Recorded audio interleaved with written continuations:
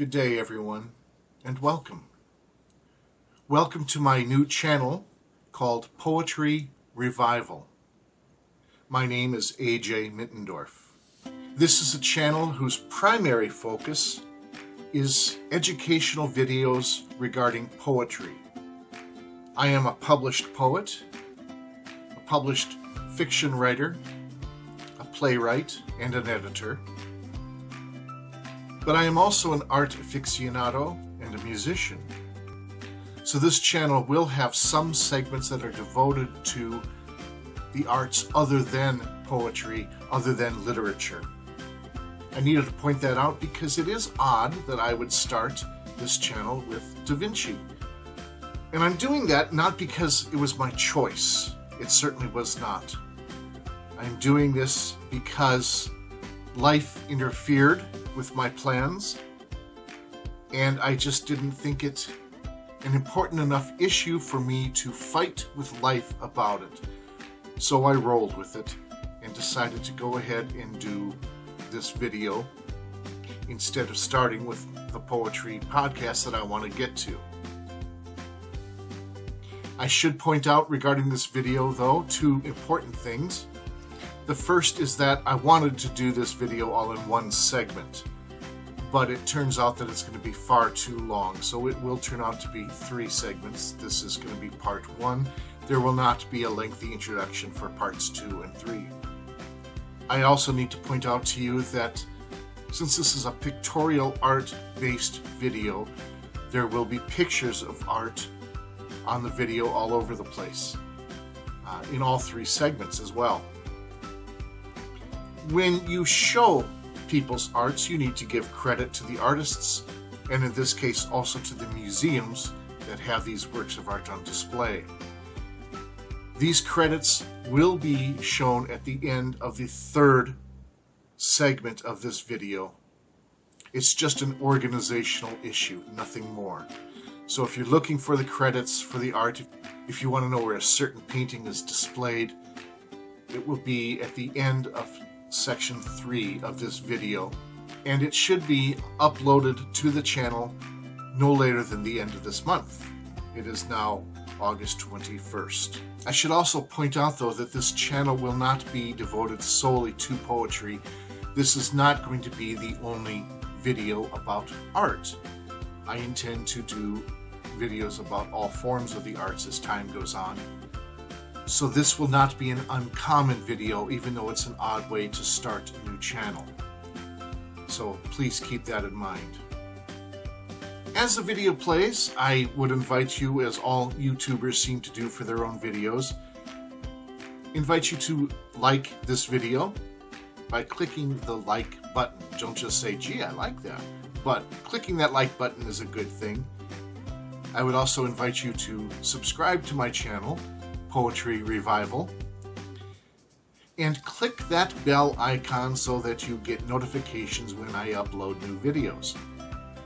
I also humbly ask that you share this video if you have any friends who are art aficionados, and it doesn't matter what form of the art you're talking about. If they love one form, they should love all forms of art. So please share this with your friends as well. I do hope you enjoy the video. If you learned something new, I'd like to read about that in the comments.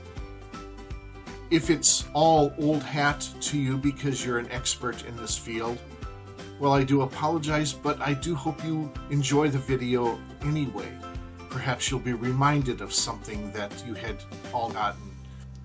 If, however, there's a point that I should have made about Da Vinci's The Last Supper that I did not, at least when all 3 segments are finished, I would like to know about that in the comments. If my life permits, sometime in the future, I can perhaps make a correction, an extended version of this video at some point. In the meantime, however, simply watch the video, and I hope you enjoy it. Thank you for your time.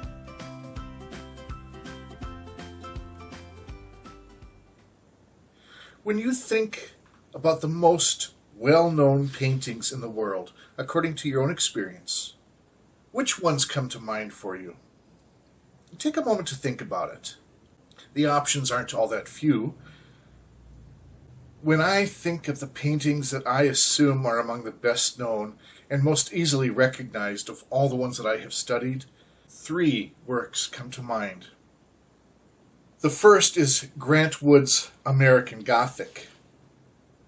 It's a recent addition to the world of art. It was made in 1930 in Iowa, and it became famous in part because it was such a small canvas in a gallery filled with many large, well-known paintings. In fact, it was so unassuming that the Chicago Art Institute bought it in part for that reason, and the rest is current events.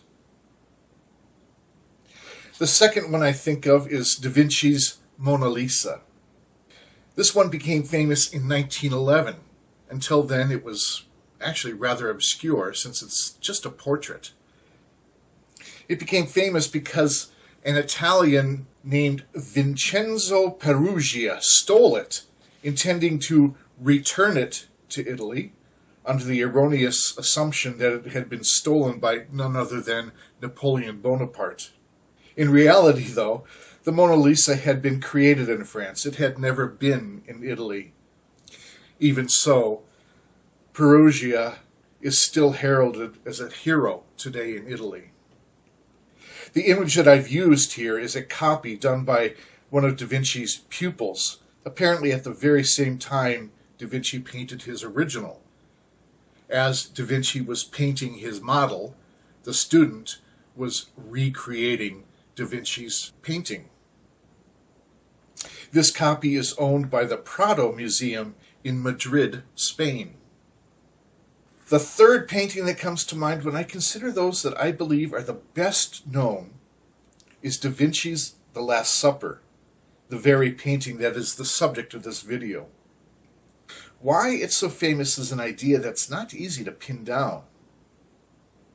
It might be that all of the techniques that artists had strived to perfect for about 2 centuries or more came to fruition during the High Renaissance, when Da Vinci painted his Last Supper. It may also be so well known because of its spectacular composition and the meaning that comes about through that composition. But to be perfectly honest, the reason for it being so very famous likely deals with the painting's theme, which, while it may seem elusive consciously for viewers, still has an inspiring impact unconsciously on viewers. Leonardo da Vinci lived from 1452 to 1519, and between the years 1495 and 1498, he created his famous Last Supper fresco. When he was painting, he used experimental techniques. He painted using a combination of oil and tempera paints, and he painted on dry plaster rather than on wet plaster, which is the norm. Now, this begs the question, is Da Vinci's The Last Supper a mural or a fresco? Well, to answer that question, first we need to understand what the difference is. A fresco is a painting done primarily with water-soluble paints. A fresco is primarily an indoor presentation on a wall or ceiling. A fresco is painted rapidly on wet, limestone-based plaster so that the colors can penetrate the plaster, adhering to it as the plaster and pigments dry. On the other hand, a mural is painted on a pre-existing wall using whatever pigments, traditional or experimental, are available to the artist. A mural is typically an out-of-door presentation with any technique, including brushes, rollers, airbrushes, or with oil, acrylic, tempera, even household paints if necessary. Based on those points, it seems logical that Da Vinci's famous painting is a combination of the two, a mural and a fresco hybrid. But perhaps it's more of a mural than a fresco, even though it is more commonly referred to as a fresco, and I'm not here to debate which it is. Because critics refer to it as a fresco, I shall continue with that tradition.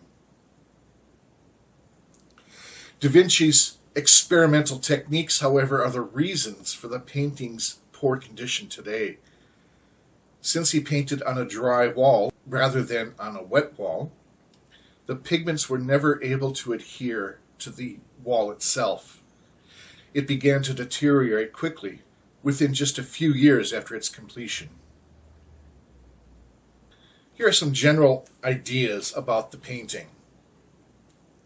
First of all, something I observed actually very quickly after I began production of this particular video is that the faces of all 13 people in the painting should be dark. The light source that the painting offers is from behind, so that technically the viewer would not be able to see the faces. They would be darkened. But Da Vinci offers us another source of light that is unseen in the painting, something imaginary, and something that would actually have to be from our space regarding the painting, something from the viewer's perspective, in order to illuminate the faces of the artist. Otherwise, if it were completely realistic, we would not be able to see any of the faces or any details anyway. The table in the painting reaches nearly from the left wall to the right wall, allowing very little room between that table and those walls. In fact, so little room that the two disciples who are seated at the table ends are pretty much squeezed into place. And something that critics have noticed about the painting is that it has something of a medieval appearance for the placement of the 13 people, where all of these folks seem to be crowded into a space that is essentially too small. So there's a degree of a lack of realism. But Da Vinci, such a genius, is still able to make the painting look very natural, even though those people are apparently very crammed into this little tiny space. And I think that there's a reason for this. I think Da Vinci is actually trying to give the impression that we as viewers, we as people from his century or from our century, whichever, or both, cannot be part of the goings-on in the Last Supper. This is a very special time that Jesus spent with his 12 closest friends, and we are essentially not welcome, and Da Vinci emphasizes that. There's no room for us to squeeze in even to the other side of the table, and Da Vinci is also very careful to place everybody either at the two ends or at the far side of the table. Unlike other artists' renditions of the Last Supper, nobody is seated on the viewer's side of that table. And we'll talk about that more later on. But this emphasizes the fact that we cannot participate, according to Da Vinci, in the Last Supper. Even if we had been in Jerusalem at Christ's time, we would still not be welcome at this particular event because it was such an intimate proceeding for Jesus and his 12 disciples. It's for this reason that Da Vinci crowds the picture, just to let us know, no, we cannot participate, we are not welcome, we are not invited. It's that simple. In this painting, all 12 of the disciples are identified, and that's not an uncommon thing compared to other artists' renditions of the Last Supper. Da Vinci has it arranged so that Christ is in the center. To his immediate right are John and Peter, with Judas directly in front of them. And to Jesus' left are Thomas, known as Doubting Thomas, James the Greater, and Philip. The 12 disciples are grouped in threes, and this is a unique device for Da Vinci. Grouping them in any number, whether it's pairs or groups of fours, whatever the case may be, is a good idea because it helps the viewer to relate a little bit better to each of the disciples. It helps them to identify who we're talking about at a particular seating. But in this case, Da Vinci groups the disciples in threes in contrast to what the Bible does.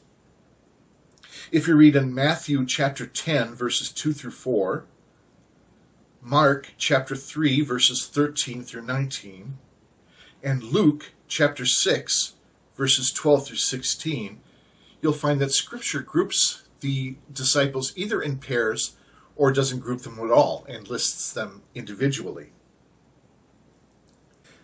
The 7 central figures are the more important characters in this depiction, and that's an interesting thing to note because 7 is the biblical number for perfection. I don't know if Da Vinci had something in mind for that number, but it is an interesting observation. The other 6 disciples, those seated on the outside of the table, the 6 furthest from Christ on either side, they are important. They were important to Jesus. They were there historically, and so Da Vinci places them there. But in this particular rendition of the Last Supper, these 6 characters play a relatively small role in the actual event, at least so far as the moment from Scripture that Da Vinci is illustrating for us. In literature, we refer to these 6 characters as flat characters. I know this because for some 25 years I taught literature at the high school and college levels. Flat characters are those that fill out a scene. Imagine a ballroom filled with people, but we as viewers are only interested in the king and the queen as they dance. The other characters have to be there, otherwise it would seem weird for the king and queen to be dancing in a ballroom. But they're never introduced to us, so as far as we're concerned, they remain nameless. We never learn anything about them, so their personalities, their histories, their motivations and desires, these all remain mysteries to us. They are there simply to fill out the scene so that the king and queen aren't dancing in a grand ballroom all by themselves. Think of it in other terms. Take Pirates of the Caribbean, for example. It's a good one because it's a well-known movie, and I'm talking about the original. There are some 30 pirates in this movie. I believe they are all named, at least as far as the script goes, but we only get to know about 4 of those pirates. But the others, who remain nameless to us, have to be there. Captain Barbossa needs to have a crew for this ship, and a crew of 4 would not be enough. It takes a lot of manpower and man-hours to man a ship in those days, especially a ship of that type. So all of those unnamed pirates become flat characters for us because we don't learn anything about them. They have no psychologies. They have no personalities except for the fact that they are, in fact, pirates. These are flat characters. In a similar way, the outer 6 disciples are necessary because the Gospels make it clear that they were there, but for Da Vinci, at this particular moment, they are less integral than the other 7 in the painting. But let us not forget that Da Vinci was an absolute genius. Da Vinci is so intelligent that even though these characters, he makes it very clear they're not important. They are on the outside, literally. But Da Vinci uses them for the composition of this painting. Ironically, since those characters are less important for the story, Da Vinci makes them integral for the composition of the art. In short, he uses those 6 characters to keep our eyes from focusing on them. He uses those outer characters to move our eyes from them back to the character who is of utmost importance, not just in Da Vinci's life or in his religion, but in the entire point of the painting. He uses those outer 6 characters on the left and the right to move our eyes to Jesus. And that's remarkable. Matthew, for instance, the character that's highlighted here, he's the 4th one from Jesus on Christ's left. Matthew gestures past Philip with a grand, open pose, while Philip, standing to Matthew's right and looking desperately concerned, as though he's afraid that he himself might be the one to betray Jesus, and looking pained at the very thought of it, knowing that he has that potential. He gestures inwardly toward himself, making his appearance smaller, less significant than Matthew. And if you notice, all 3 of those disciples on the far right of the painting, they all gesture toward the center, toward Christ. As in real life, people tend to turn their gazes toward where other people point. Indeed, that's the very reason that people do point, to turn someone's gaze from themselves to something else. Artists use that principle in paintings to guide the viewer's eyes toward who the person or the thing that is most important in the painting, that which the artist wants to highlight. In this case, it's Jesus. If you follow the gestures from Simon, the character on the far right, and draw a line from his arm at that angle of his arm all the way across the other's gestures through their hands, you'll notice that your eyes are directed directly toward Christ. Da Vinci uses those gestures to move us in that direction. In a similar manner to people's gestures, people's gazes will also direct our own. And Da Vinci uses the stares of the disciples on the left to guide our eyes. The 3 disciples on the far left of the painting all see eye to eye to eye to eye to eye, quite literally, in this painting. If you draw a line from Bartholomew on the far left of the painting, straight across the eyes of the other disciples, it leads you straight to the eye of Jesus, in a line that is almost perfectly horizontal, almost as though Da Vinci himself took a level to make sure that that line would be horizontal, and he's just off by a degree, maybe less. So far, what we have seen is that Da Vinci is using these characters to highlight the presence of Jesus more than anything else in the painting.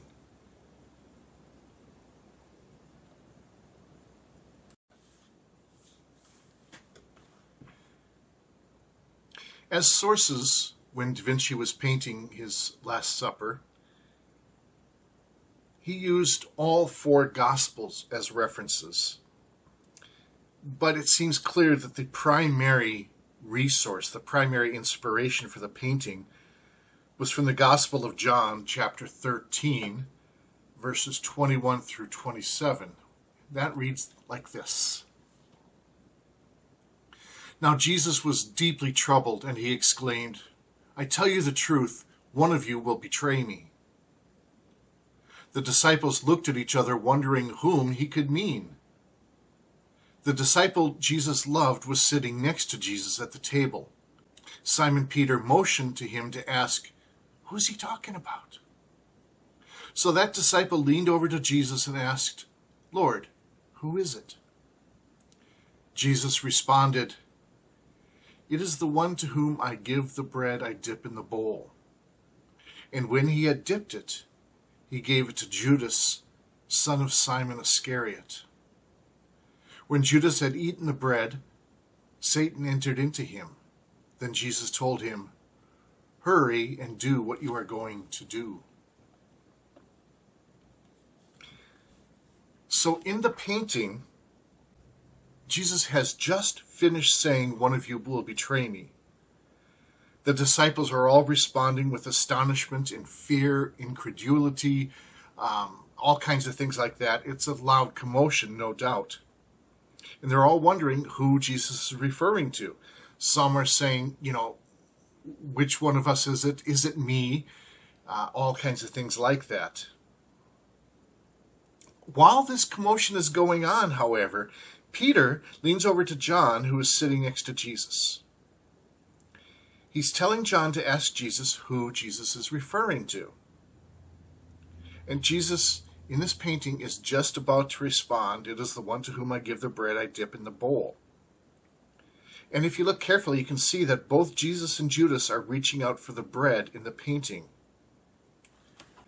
Now, it's interesting, but it seems to me that Da Vinci is making allowances for the different recordings of this event from the different Gospels. They're not contradictory events, but they are dissimilar in some ways. And the way Da Vinci illustrates Jesus and Judas both reaching for the bread encompasses all the different ways that Jesus' response is recorded. In the Gospel of Matthew, chapter 26, verse 22, "Greatly distressed, each one asked in turn, 'Am I the one, Lord?' Jesus responded, 'One of you who has just eaten from this bowl with me will betray me.'" The Gospel of Mark, chapter 14, it's very similar. "Greatly distressed, each one asked in turn, 'Am I the one?' Jesus replies, 'It is one of you 12 who is eating from this bowl with me.'"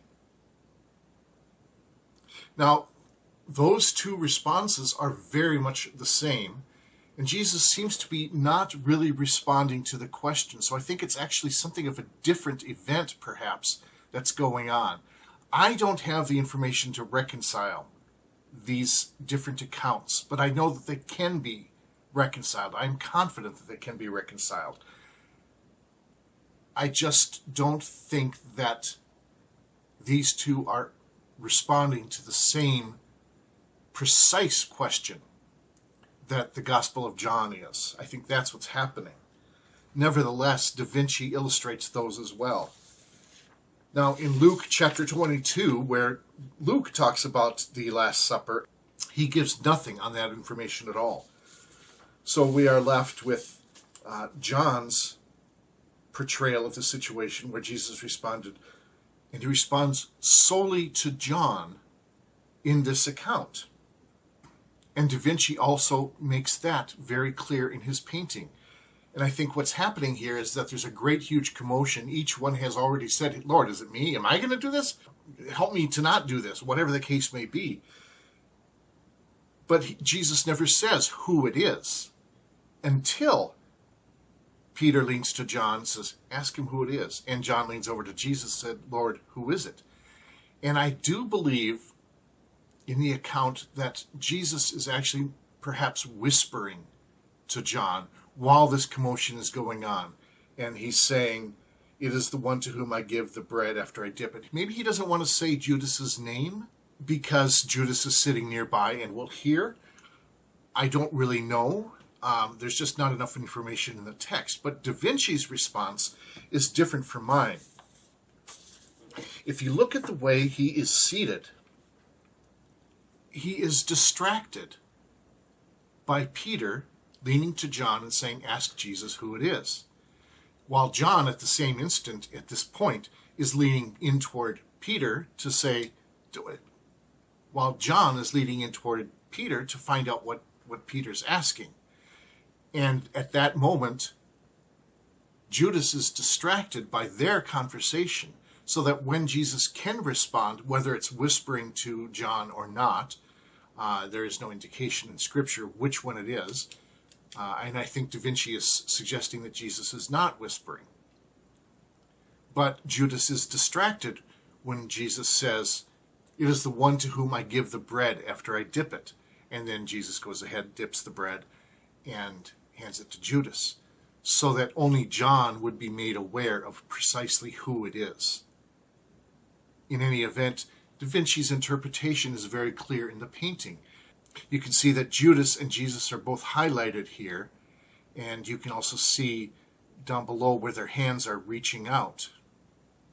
Behind them, you can see Peter and John in their conversation. In fact, Peter is putting a hand on John's shoulder to get John's attention during this commotion. Is distracted. I think it's a beautiful moment, a beautiful interpretation of the Gospels in this particular instance of the Gospel. And it's done in a painting that is beautiful and memorable. If we turn our attention to Jesus for a moment alone, we look at him and there is sadness in his expression. I think mostly, though, that his attention is turned inward. That's where his focus is now, is on his own thoughts, his own emotions at that very instant. You have to understand, he is about to be betrayed by one of his closest friends. Of course, that's what makes it betrayal. So he's about to be betrayed by one of the 12. And as a result of that, the next night he is going to be killed. He's going to be dead in 24 hours or so.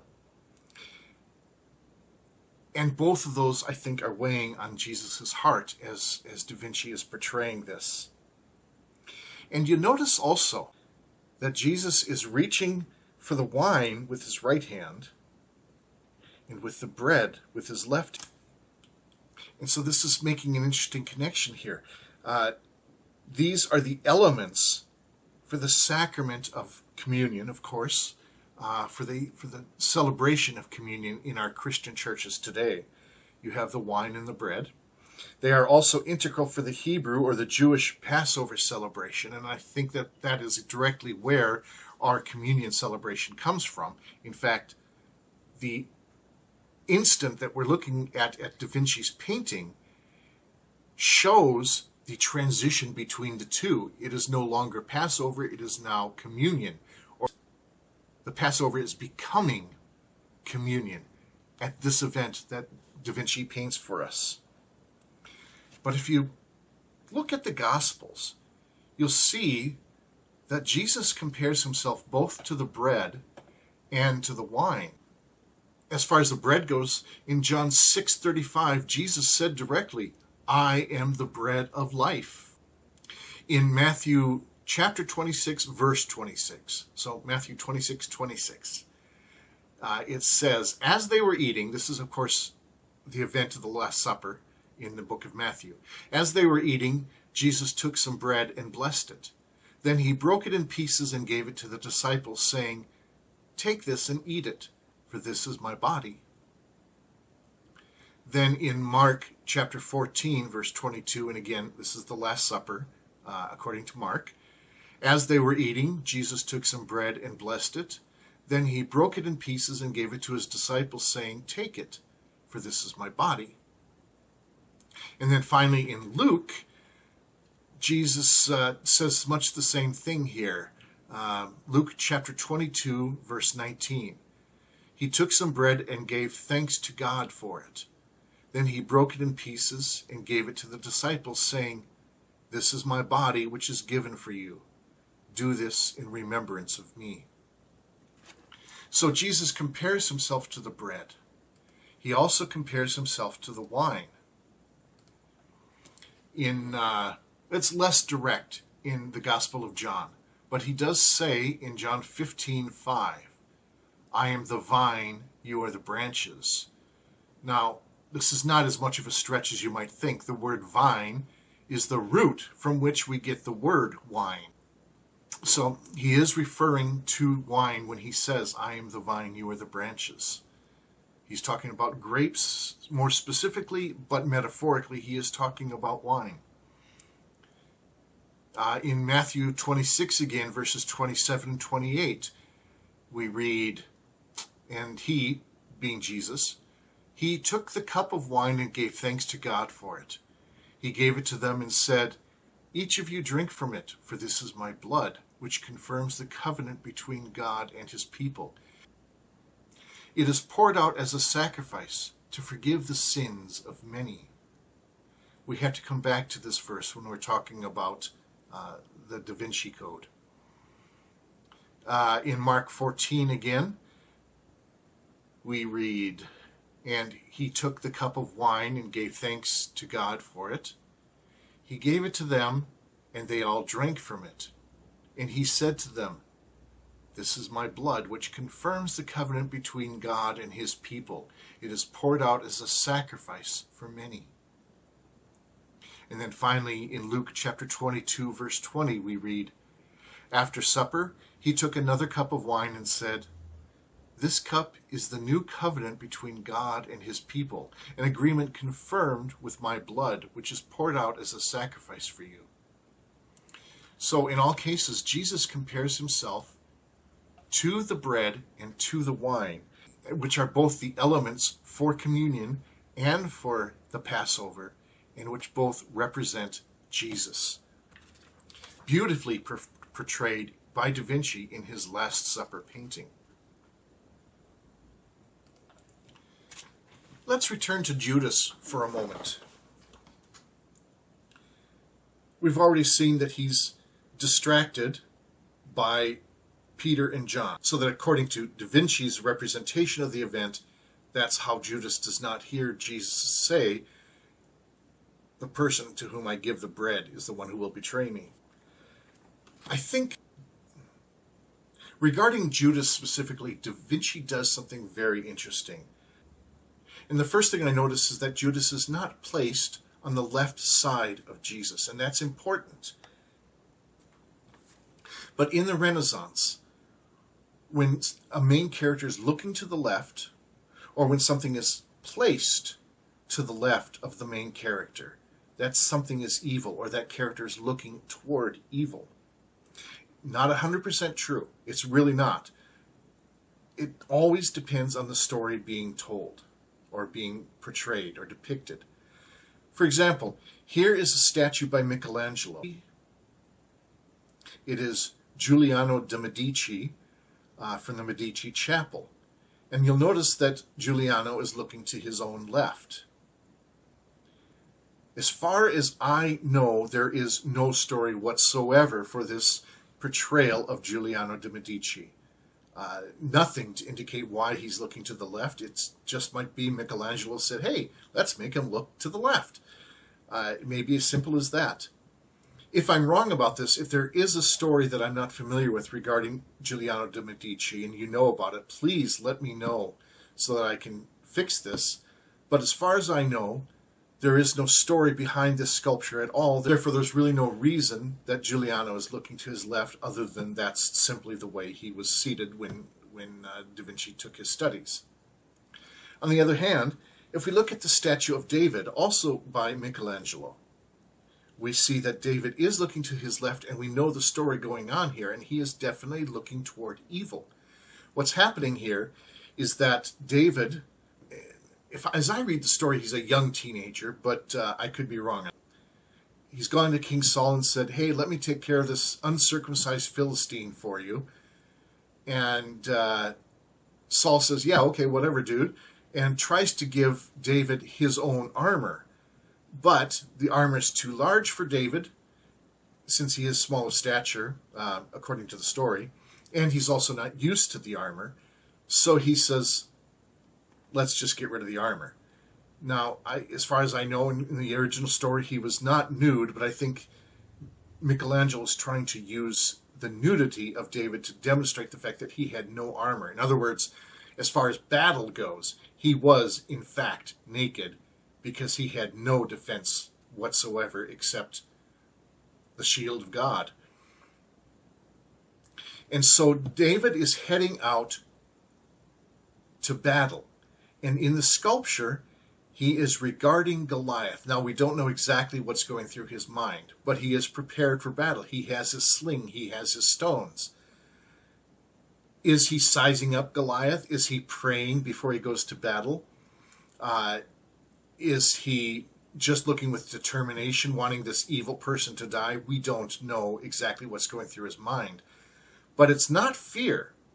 David is not backing down. There's a great deal of assurance in his expression.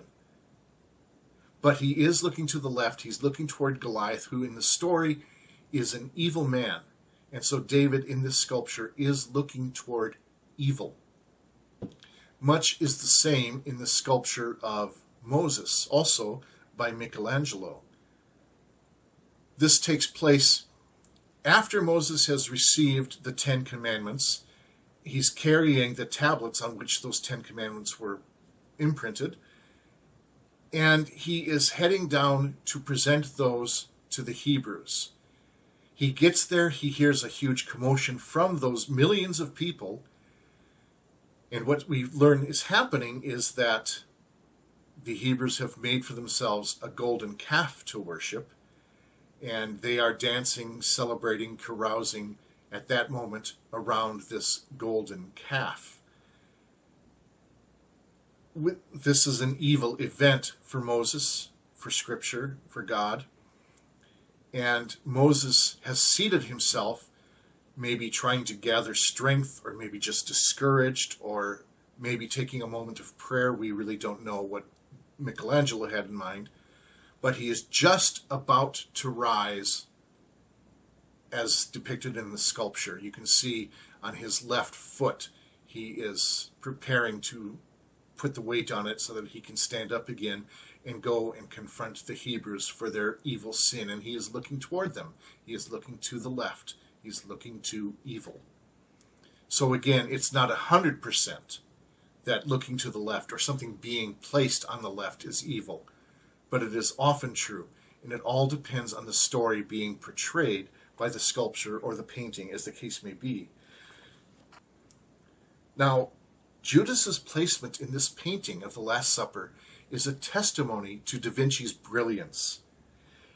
If Judas were placed on Christ's left, indicating his evil nature, yes, we would see him as evil, but that would also suggest that everybody else on Jesus' left is equally evil with Judas. And beyond that, the whole point of Da Vinci's depiction of Judas is to let him mingle with the others. The suggestion is that if you were in this party, you would not know that Judas is an evil person, or you would assume that he's just as evil as everybody else, being human, being just as capable of sin, being just as capable as evil. In any event, according to Da Vinci, Judas does not stand out. So he's not put on the left. In fact, he is put on the right, and that helps Judas to actually completely mingle in with the whole group. Now, this is unique with Da Vinci. It's unique with this portrayal of the Last Supper. Judas, in other portrayals, would have been placed on the far side of the table from the other disciples in many cases. Not in every case, but in many cases, to indicate that Judas is not really part of the group. Another thing that might happen is that Judas is depicted without a halo, while all the other disciples and Jesus all have halos, and that helps us to identify who Judas is. Another thing that happens with Judas, he's looking out toward the viewer, doing what we would call breaking the fourth wall. But none of those things is happening with Judas. He's placed on the same side of the table with the disciples. He is just as unhaloed as the disciples, and he's not breaking the fourth wall. Now, we still know who Judas is. We know which one of them is Judas. He is identified, but that's something we will get to when we start talking about the Da Vinci Code. Now we're going to look for a minute at the three disciples immediately to Jesus' left side, the right side of Jesus from our perspective. The first one I want to indicate is Thomas, the man known as Doubting Thomas, most famously. He's the man with the finger pointing upward. And it's a matter of viewer's perspective as to what is exactly happening there. Some things that might be happening is that Judas might be saying, can we go to God, the Father, and have him prevent you from being betrayed? Or he might simply be asking, is this God's will?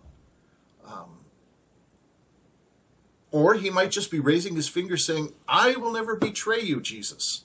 we don't really know. But we do know that this foreshadows a particular event with Thomas.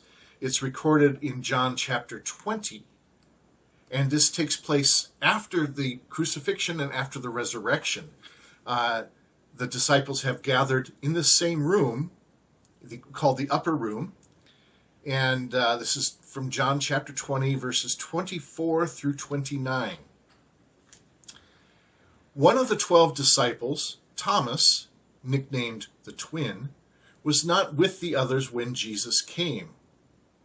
They told him, him being Thomas, they told him, "We have seen the Lord." But he replied, "I won't believe it unless I see the nail wounds in his hands, put my fingers into them, and place my hand into the wound on his side." 8 days later, the disciples were together again, and this time Thomas was with them. The doors were locked, but suddenly, as before, Jesus was standing among them. "Peace be with you," he said. Then he turned to Thomas. "Put your finger here, and look at my hands. Put your hand into the wound in my side. Don't be faithless any longer. Believe." "My Lord and my God," Thomas exclaimed. Then Jesus told him, "You believe because you have seen me. Blessed are those who believe without having seen." This is clearly foreshadowed in how Da Vinci poses Thomas. And just the way it's done, it's absolutely filled with meaning. But I also think that James the Greater and Philip are nicely juxtaposed among these three. James gestures outwardly, while Philip gestures inwardly. These two gestures seem to make two opposite statements from each other. James, with his outstretched arms, seems to say, "No way, not me," maybe. Or it could be that he's saying, "There are no traitors among us." Whatever he's saying, though, the gesture makes it very clear that he is very adamant and very sure of himself. He's also very determined in this instance. That's a very strong gesture he's making. In contrast, though, while James is gesturing outwardly from himself, Philip is gesturing inwardly toward himself, as if pleading with Jesus, saying, "Lord, is it me?" And by his expressions, it seems like he's almost pleading with the Lord to make it not be him. It's less secure than James. And the two are nicely paired together in this instance. And together, the three of them are among my favorite three in the entire composition.